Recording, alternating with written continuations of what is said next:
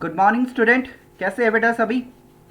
आपका अपने YouTube channel source of information technology में हार्दिक स्वागत है। आज हम बात करेंगे, कल लास्ट वीडियो के अंदर हमने डीएनएस के बारे में समझा था, हमने बात की थी क्लाइंट सर्वर आर्किटेक्चर के बारे में। आज हम बात करेंगे आईपी एड्रेस के बारे में और कुछ प्रोटोकॉल के बारे में। प्रोटोकॉल क्या होता है, कौन कौन से प्रोटोकॉल यूज़ किए जाते हैं, और या इस वीडियो के अंदर हम एचटीटीपी के बारे में भी जानेंगे। राइट, तो आपके पेज नंबर, आपकी बुक का जो पेज नंबर है, पेज नंबर 95, उसके ऊपर कुछ इन्फॉर्मेशन दी गई है और इसको हम रीड करते हैं और यहाँ से कुछ इन्फॉर्मेशन को लेने की कोशिश करते हैं, देखते हैं इसके अंदर क्या लिखा है। Right, A website can have more one और मोर वेब पेजेस। आप जानते हैं कि ये वेबसाइट में एक से ज़्यादा वेब पेजेस होते हैं। as we have already learned that every website and web page on the internet is given a specific address। हमें ये पता है कि हर वेबसाइट का एक स्पेसिफिक एड्रेस भी होता है। It can be thought of as a page in a book giving a unique page number. जैसे कि किसी बुक में एक पेज नंबर होता है, वो यूनिक होता है हर पेज के लिए, हर पेज का यूनिक पेज नंबर होता है, ऐसे ही हर वेबसाइट का एक यूनिक एड्रेस होता है। Hence we can say that the all the web pages and website have their addresses in their form of numbers. जो हर वेबसाइट का जो एड्रेस होता है ना, इन फॉर्म ऑफ नंबर होता है, लेकिन वो हमें नज़र नहीं आता है, वो हम नंबर नहीं नज़र आता है। जैसे फॉर एग्जाम्पल, मैं आपको एक एग्जाम्पल देके बताता हूँ। जैसे कि जो भी कंप्यूटर होता है ना, जो भी कंप्यूटर यदि इंटरनेट के ऊपर रन कर रहा है, यदि वो इंटरनेट से कनेक्टेड है, तो उसका एक पर्टिकुलर एड्रेस होता है, जिस एड्रेस की हेल्प से उस कंप्यूटर की लोकेशन को फाइंड आउट किया जाता है। ऐसे ही जितनी भी वेबसाइट होती हैं, उनका एक पर्टिकुलर एड्रेस होता है जिसको आईपी एड्रेस बोलते हैं, और वो आईपी एड्रेस किस तरह से यूज किया जाता है वो देखेंगे। अब देखो इंपॉर्टेंट, अब यूआरएल क्या होता है, आईपी एड्रेस क्या होता है। मान लो, अज्यूम करो कि ये आईपी एड्रेस है किसी वेबसाइट का, और यहाँ पर ये वेबसाइट लिखी हुई है। अब आप इन दोनों में एक डिफरेंस देख सकते हैं, ये नंबर्स हैं और ये इसमें कुछ कैरेक्टर्स लिखे हुए हैं, कुछ अल्फ़ाबेट्स लिखे हुए हैं। अब किस चीज़ को समझना ज़्यादा आसान है, नंबर्स, इन नंबर्स को समझना आसान है, या इस वर्ड को समझाना आसान है, इसको याद करना आसान है, इसको लिखना आसान है। ठीक है, तो क्या होता है, हमें आईपी एड्रेस दिखाई नहीं देता, लेकिन इंटरनली बैकग्राउंड में आईपी एड्रेस काम करता है। जो हमें दिखाई देता है वो होता है यूआरएल।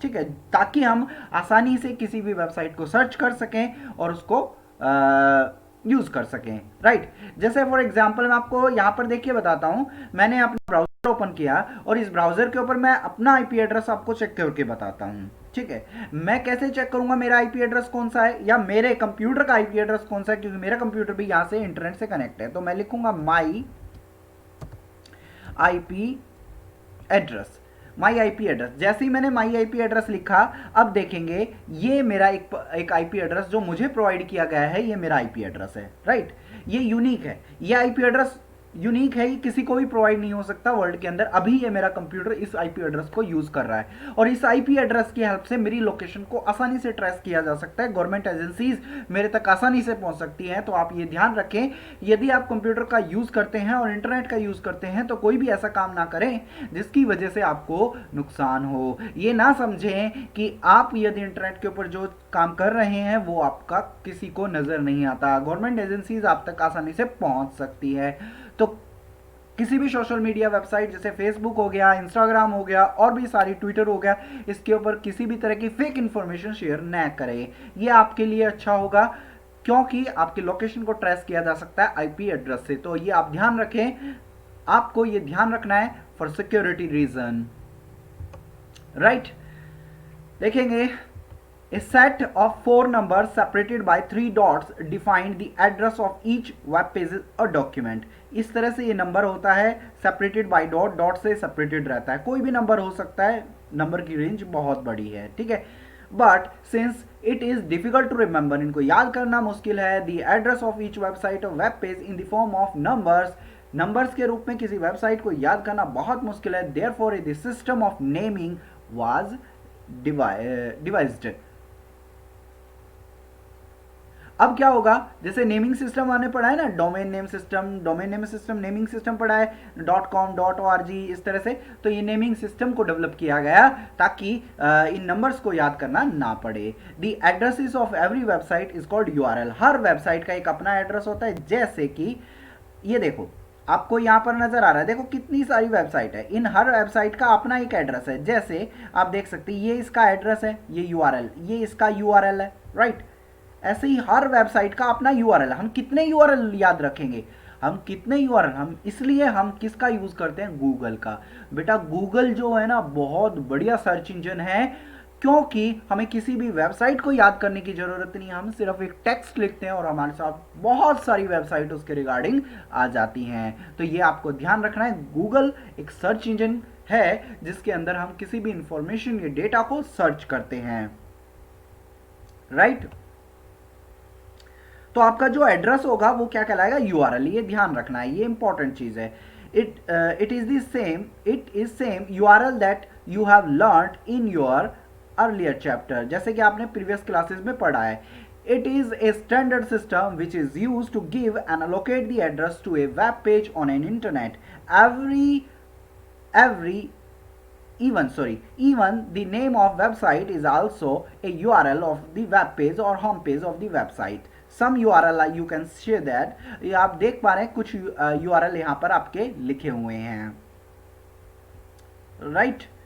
अब आगे बढ़ते हैं। ये एक्टिविटी आप देख लेना, या बाद में आपको करवा देंगे। ये एक्टिविटी आप अपने आप कर सकते हैं, बहुत इजी है। जो इंटरनेट के ऊपर सर्च करने की है वो आप सर्च करें, ठीक है। अब बात करते हैं सिमिलरली प्रोटोकॉल के। अब देखो, similarly some rules such must be followed while communication and transferring the data on a computer network on internet. These rules are protocol. Protocol क्या होता है, the protocol is a set of rules and regulation on in internet. Internet के ऊपर जो rule and regulation होते हैं ना बेटा, वो आपके क्या कहलाते हैं, प्रोटोकॉल कहलाते हैं। वो क्या कहलाते हैं, प्रोटोकॉल। अब देखेंगे कौन कौन से प्रोटोकॉल किस किस पर्पज से यूज किए जाते हैं, राइट।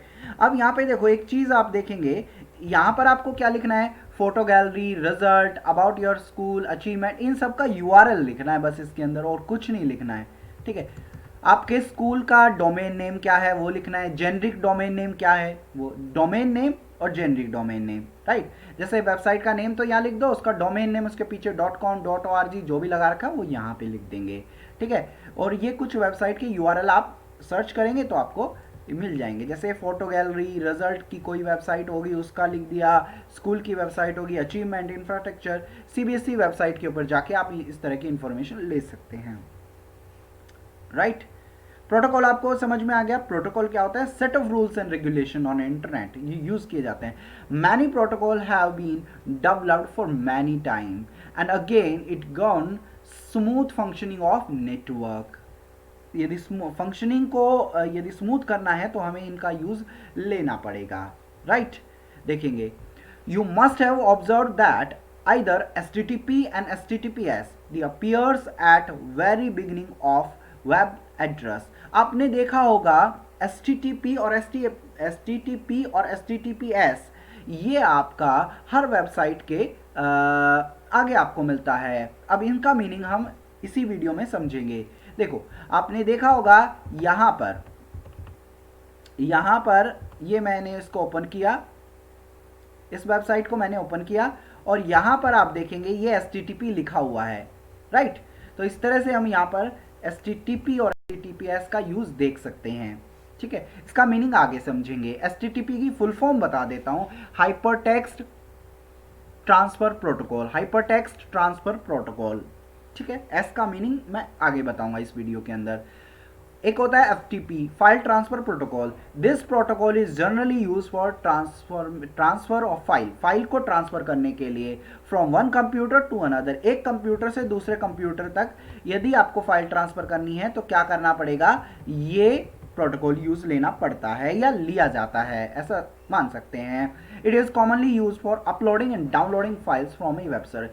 अब यदि आप कंप्यूटर से, यदि आप सर्वर से कोई चीज डाउनलोड करते हैं, उस पर अपलोड करते हैं, तो आपकी जो प्रोटोकॉल यूज होता है वो होता है FTP, file transfer protocol. Upload का मीनिंग क्या है और डाउनलोड का मीनिंग क्या है ये और देख लेते हैं। Transfer of files from server से मान लो ये रिमोट कंप्यूटर है, यहां से कोई फाइल आप यदि अपने कंप्यूटर में लेके जाते हैं, डाउनलोड करें उसको, उस इंफॉर्मेशन को, वो क्या कहलाती है आपका डाउनलोड। यदि आप कोई इंफॉर्मेशन किसी सर्वर के अंदर स्टोर करते हैं या ट्रांसफर करते हैं, वो अपलोड कहलाता है।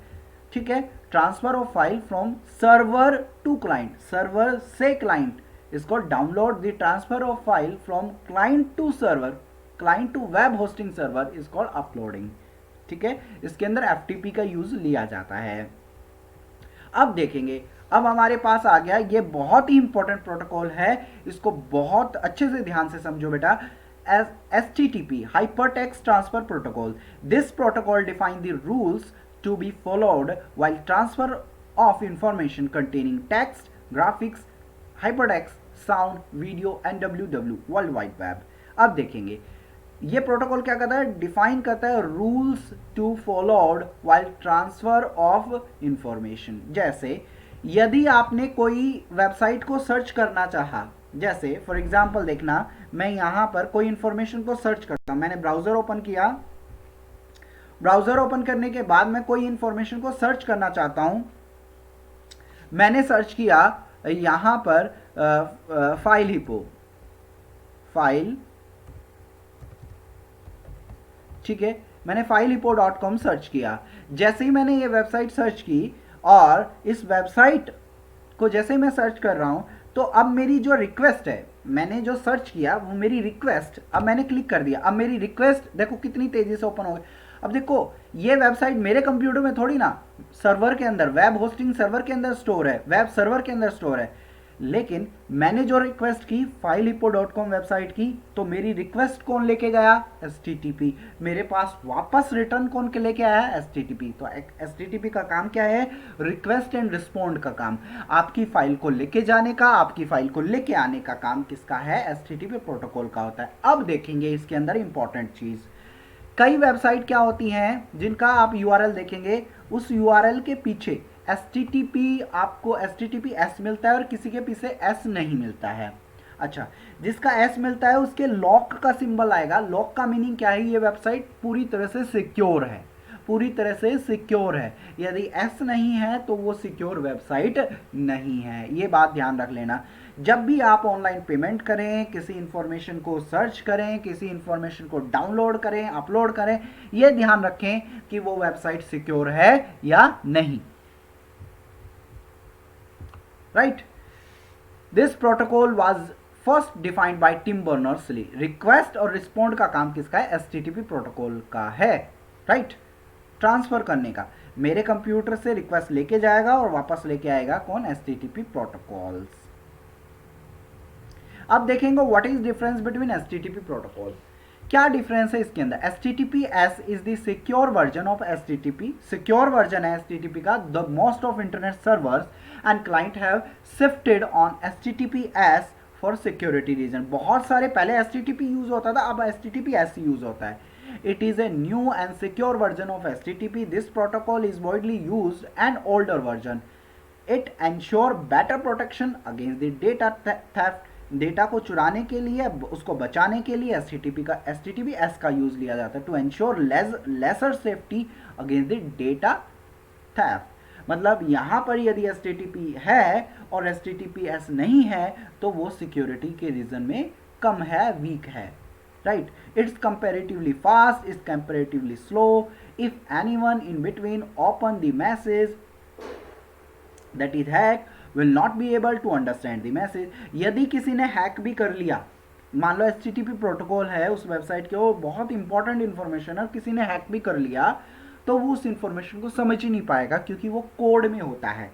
ठीक है, हमने करवाया था ना आपको लेसन नंबर फर्स्ट में, सिफर टैक्स, एनक्रिप्शन, डिक्रिप्शन, वही उसी चीज के ऊपर काम करता है। If anyone in between open the message, the hacker the message या hack the message, then the hacker will able to understand. यहाँ पर कोई सिक्योरिटी नहीं है, कोई बाउंड्री नहीं है, वो आसानी से उसको हैक भी कर सकते हैं, उसको समझ भी सकते हैं। राइट, तो हमारे पास क्या होता है, एक और प्रोटोकॉल आता है। आज लास्ट प्रोटोकॉल के बारे में डिस्कस करेंगे, फिर हम जाएंगे सिक्योरिटी नेटवर्क के ऊपर। एक लास्ट प्रोटोकॉल है ट्रांसमिशन कंट्रोल प्रोटोकॉल और internet protocol. It is a set of protocol, TCP और आईपी बोलते हैं। It is used for communicating over internet. Internet के ऊपर कम्युनिकेट करने के लिए हम ट्रांसमिशन कंट्रोल प्रोटोकॉल का यूज़ करते हैं, ताकि जो हम ट्रांसमिशन हो रहा है हमारे बीच में वो भी कंट्रोल मैनर में हो। ये नहीं है कि जब मन में आए जो कम्युनिकेशन करने लग रहा है, नहीं, एक के बीच में कम्युनिकेशन हो रहा है तो एक के बीच में ही होगा। ऐसा नहीं कि बहुत सारे इंटरप्ट नहीं होगा, तो कम्युनिकेशन भी कंट्रोल्ड मैनर में होगा। It helps in establishing the connection on internet for smooth transfer of data. TCP checks whether the data that have reached the destination or not. TCP का कंट्रोल के साथ क्या काम है, ये भी चेक करता है कि आपने जो डेटा सेंड किया है वो डेस्टिनेशन मतलब वेब सर्वर तक पहुंचा है या नहीं। It handles movement of information between two computers on internet. ये इंफॉर्मेशन को हैंडल करने का काम करता है। ठीक है, आज हमने ये सारी चीज़ इंफॉर्मेशन इसके अंदर समझी। आने वाली वीडियो के अंदर हम सिक्योरिटी के बारे में समझेंगे, और भी क्या सिक्योरिटी हो सकती है, हैकर क्या, हैकिंग क्या होता है, वायरस क्या होता है, वॉर्म्स क्या होते हैं, ये सब चीज़ बारे में हम जानेंगे। ठीक है, तो ये वीडियो प्रोटोकॉल के ऊपर, आईपी एड्रेस के ऊपर था। इसको समझें, और यदि इस कॉन्सेप्ट में कोई प्रॉब्लम है तो कमेंट सेक्शन में कमेंट करेंगे और वीडियो को लाइक करेंगे। Thank you so much. आने वाली वीडियो के अंदर और भी हम इसको समझने की कोशिश करेंगे। ठीक है, इस पॉइंट को आप अच्छी तरह से समझें, ताकि हम आने वाली वीडियो को और बेहतर तरीके से समझ पाएँ और बेहतर तरीके से किसी टॉपिक को समझ पाएँ। Thank you so much.